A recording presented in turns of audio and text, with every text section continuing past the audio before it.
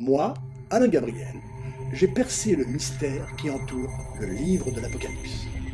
J'ai découvert que derrière les scènes effroyables qui sont décrites, il y a, bien caché, le plan d'assemblage d'une structure agissante extraordinaire, permettant de ressentir des sensations physiques et psychiques extrêmement bienfaisantes et porteuses d'espoir. J'ai trouvé comment décoder ce plan crypté si mystérieux, ce qui m'a permis de construire cette œuvre d'art aussi exceptionnelle, l'Extasium. Bonsoir mes amis.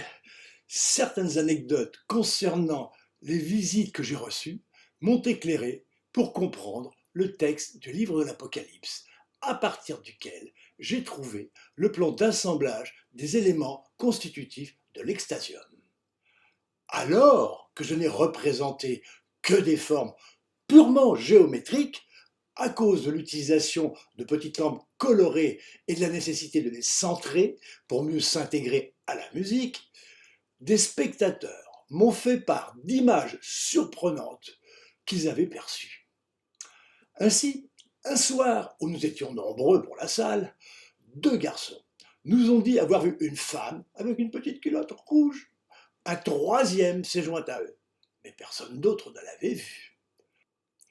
Une autre fois, une jeune femme m'a raconté avoir vu toute l'attaque d'un château fort avec les chevaliers franchissant le pont-levis et beaucoup d'autres détails.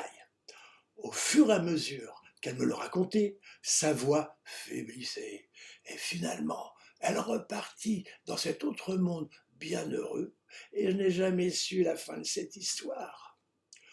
D'autres anecdotes de ce genre m'ont fait comprendre le besoin des êtres humains de transformer de pures abstractions lumineuses, trop difficiles à intégrer pour leur niveau de compréhension, en visions humanisées, voire les mythologies grecques, égyptiennes ou les livres sacrés hindouistes.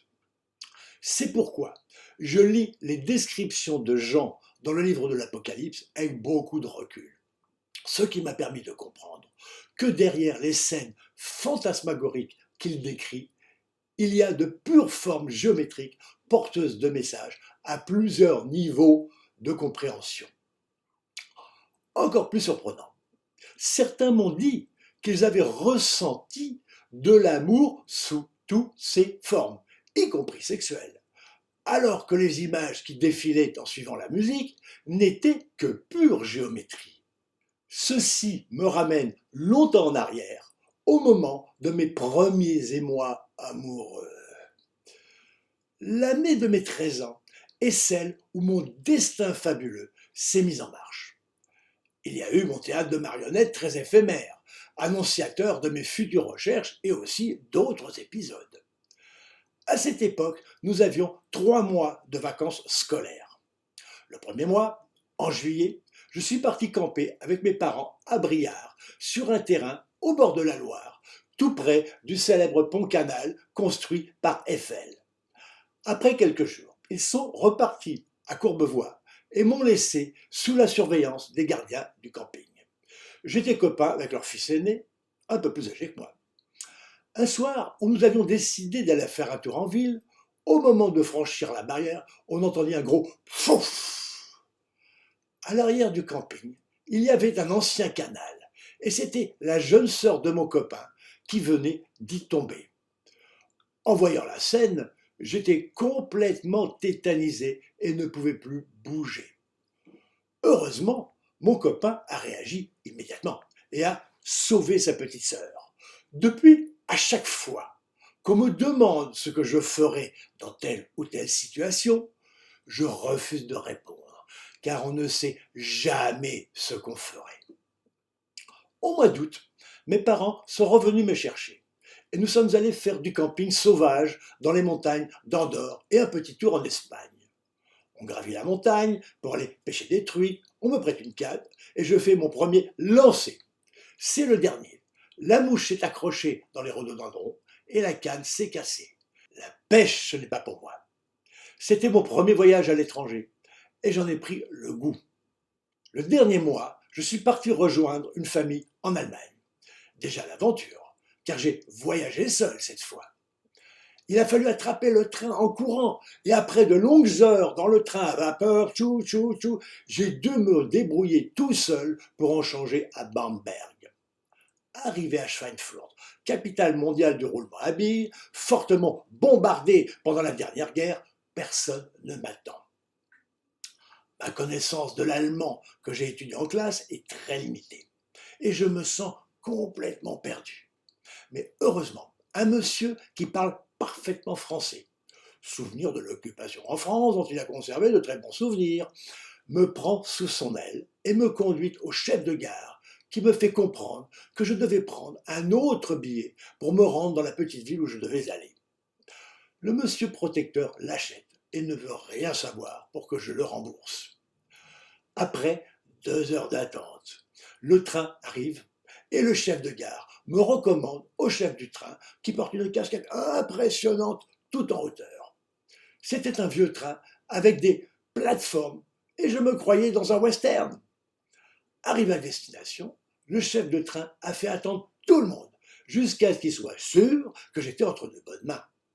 Puis, un charmant employé de la gare m'a conduit chez les gens tout surpris. Il ne recevrait la carte annonçant mon arrivée que le lendemain. J'étais très touché par cette chaîne de solidarité généreuse. L'accueil fut très chaleureux par Mouti et ses enfants, dont un garçon de mon âge, Lothar. Le père était mort à la guerre. Ils me firent découvrir le Coca-Cola. À la maison, on ne buvait de temps en temps que de la limonade. Depuis, c'est comme la Madeleine de Proust. À chaque fois que je bois du coca, je retourne à mes 13 ans.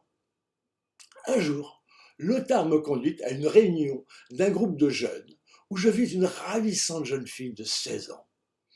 Coup de foudre immédiat et réciproque, premier baiser qui m'a beaucoup plu. De retour en France, nous avons correspondu un certain temps. Ingrid commençait ses lettres par Lieber rote Strumpf, qui signifie chère chaussette rouge. C'était parce que je portais des chaussettes rouges, nouvelle mode de France. C'était bien avant que Peyote crée ses Schtroumpfs bleus.